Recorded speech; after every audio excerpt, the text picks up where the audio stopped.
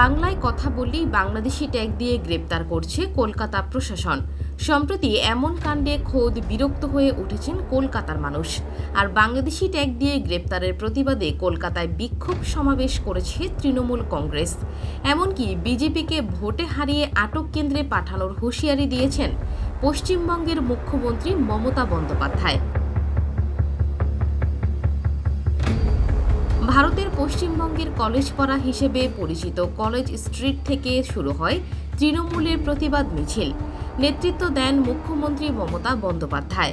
তার সঙ্গে পা মেলান অভিষেক বন্দ্যোপাধ্যায়, ফিরহাদ হাকিম সহ দলের শীর্ষ নেতারা।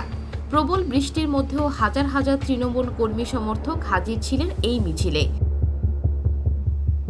তৃণমূলের দাবি, শুধু দিল্লি বা আসাম নয়, রাজস্থান, ওড়িশার মতো রাজ্যেও বাংলা ভাষাভাষীদের বাংলাদেশি আখ্যা দিয়ে তুলে নিয়ে যাচ্ছে প্রশাসন।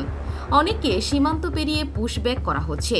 3.5 কিলোমিটার হেঁটে ধর্মতলায় পৌঁছে সমাবেশে বক্তব্য রাখেন মমতা। বলেন, বাংলা বললেই বাংলাদেশি বানিয়ে দেওয়া হচ্ছে, অনুপ্রবেশকারী বানানো হচ্ছে। মমতা আরও বলেন, বিভাজনের রাজনীতি করে বিজেপি। দলটিকে মানুষ আটক কেন্দ্রে পাঠাবে বলে হুঁশিয়ারি দেন তিনি।